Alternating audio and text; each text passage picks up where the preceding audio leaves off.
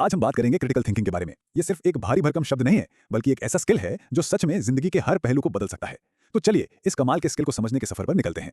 कभी सोचा है कुछ लोग जिंदगी की मुश्किलों को कितनी आसानी से पार कर लेते हैं, जैसे उनके पास कोई सीक्रेट हो? असल में इसका जवाब एक खास तरह की सोच में छिपा है, और अच्छी बात यह है कि इसे कोई भी सीख सकता है। अक्सर लोगों को लगता है कि ये तो पैदाइशी टैलेंट है, या तो आपके पास है या नहीं है। पर सच तो यह है कि क्रिटिकल थिंकिंग एक मसल की तरह है, जितना इस्तेमाल करेंगे ये उतनी ही स्ट्रांग होती जाएगी। तो चलिए अपने सफर के पहले पड़ाव पर चलते हैं और समझते हैं कि आखिर ये क्रिटिकल थिंकिंग है क्या, और इसमें माहिर होने का मतलब क्या होता है।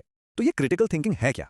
देखिए, इसका मतलब हर बात पर बहस करना या दूसरों को गलत साबित करना बिल्कुल नहीं है, बल्कि ये किसी भी सिचुएशन को बिना किसी पक्षपात के देखने, अलग अलग नजरियों का समझने और फिर एक सोचे समझे फैसले पर पहुंचने की काबिलियत है। और इसका असर वो बहुत गहरा होता है। पर्सनल रिश्तों से लेकर प्रोफेशनल लाइफ तक ये एक ऐसा स्किल है जो हर जगह कामयाबी की चाबी बन सकता है। ठीक है, तो अब हम ये तो समझ गए कि ये है क्या, पर सवाल ये है कि इसे बनाया कैसे जाए। इसके लिए हमें थोड़ा अंदर झांकना होगा, अपने मन की पेचीदा दुनिया को समझना होगा। ये एनालॉजी या कहें कि रूपक बहुत पावरफुल है। अगर इस इलाके में महारत हासिल करनी है तो पहले इसका नक्शा समझना होगा, और ये सफर शुरू होता है सेल्फ अवेयरनेस यानी आत्म जागरूकता से। बस अपने विचारों को देखना बिना उन्हें सही या गलत ठहराए, यही पहला कदम है। इससे अपने सोचने के पैटर्न पकड़ में आते हैं, समझ में आता है कि हमारे पुराने विश्वास दुनिया को देखने के हमारे नजरिए को कैसे बना रहे हैं। लेकिन जरा ठहरिए, इस मेंटल मैप में कुछ छिपे हुए गड्ढे भी हैं, कुछ खतरे। ये हमारे ही दिमाग के बनाए हुए जाल हैं, जिन्हें कॉग्निटिव बायस या संज्ञानात्मक पूर्वाग्रह कहते हैं। दरअसल ये दिमागी शॉर्टकट है। हमारा दिमाग जानकारी को प्रोसेस करने के लिए इन्हें इस्तेमाल करता है, पर कई बार यही शॉर्टकट हमें गलत रास्ते पर ले जाते हैं। और ये बायसेस हमारी रोजमर्रा की जिंदगी में भरे पड़े हैं, जैसे कंफर्मेशन बायस, जहां हम सिर्फ वही जानकारी ढूंढते हैं जो हमारी बात को सही साबित करे, या फिर एंकरिंग इफेक्ट, जहां पहली मिली जानकारी हमारे सारे फैसलों पर हावी हो जाती है। और एक है अवेलेबिलिटी ह्यूरिस्टिक, जिसमें जो चीजें दिमाग में आसानी से आ जाती हैं हमें लगता है कि वो ज्यादा होती हैं, जैसे प्लेन क्रैश का डर, भले ही कार एक्सीडेंट ज्यादा होते हों। तो अब जब हम अपने मन के नक्शे को और उसके खतरों को समझ चुके हैं, तो वक्त है कुछ जरूरी औजार इकट्ठा करने का। इस हिस्से में हम साफ साफ सोचने की टेक्निक सीखेंगे। देखिए, हर मजबूत इमारत की नींव पक्की होती है। क्रिटिकल थिंकिंग के लिए वो नींव है लॉजिकल रीजनिंग, यानी सबूतों और ठोस दलीलों के आधार पर नतीजे निकालना। यहाँ एक बहुत बड़ा फर्क है। एक मजबूत तर्क सबूतों पर टिका होता है, जैसे सारी बिल्लियां मैमल हैं, फ्लफी एक बिल्ली है, इसलिए फ्लफी एक मैमल है। ये सीधा लॉजिकल है। वहीं दूसरी तरफ एक तार्किक भ्रम या लॉजिकल फैलेसी होती है, जो बहस को ही कमजोर कर देती है, जैसे किसी के आइडिया को खारिज करने के बजाय उस इंसान पर ही हमला कर देना।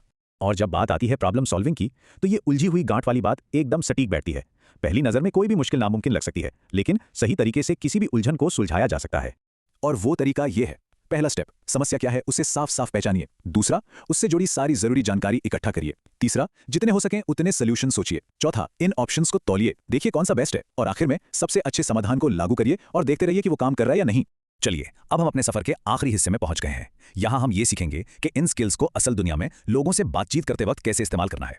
ये एक बहुत ही कमाल की और एडवांस टेक्निक है। स्ट्रॉमैनिंग का उल्टा, मतलब किसी के तर्क के कमजोर हिस्से पर हमला करने के बजाय उसके तर्क का जो सबसे मजबूत रूप हो सकता है उसे समझने और बताने की कोशिश करना। और इसके फायदे डबल हैं। एक तो इससे सामने वाले का नजरिया बेहतर समझ आता है, और दूसरा, ये हमारे अपने तर्कों को और भी धारदार बनाने पर मजबूर करता है। आखिर में ये सब एक माइंडसेट पर आकर टिक जाता है। हमेशा सवाल पूछने की जिज्ञासा, नए आइडियाज के लिए खुला दिमाग, ये मानने की विनम्रता कि हम सब कुछ नहीं जानते, और हमेशा सीखते रहने की एक जिद। सवाल बस ये है कि इस नजरिए को जिंदगी का हिस्सा कैसे बनाया जाए। एक ताकतवर ओक के पेड़ की कल्पना कीजिए, जो भयंकर तूफान के बीच भी सीधा खड़ा है, उसकी जड़ें गहरी हैं और तना मजबूत। ये एक बेहतरीन मिसाल है मेंटल रेजिलियंस यानी मानसिक लचीलेपन की। इसका सीधा सा मतलब है चुनौतियों और नाकामियों के सामने झुकने के बजाय उनसे सीखना, बदलना और आगे बढ़ना। ये एक ग्रोथ माइंडसेट रखने जैसा है, जहां हर मुश्किल खतरा नहीं, बल्कि सीखने और मजबूत बनने का एक मौका बन जाती है। तो अब जब ये पूरी टूलकिट हमारे हाथ में है, तो सवाल ये उठता है कि इससे क्या बनाया जाएगा। ये सफर यहाँ खत्म नहीं होता।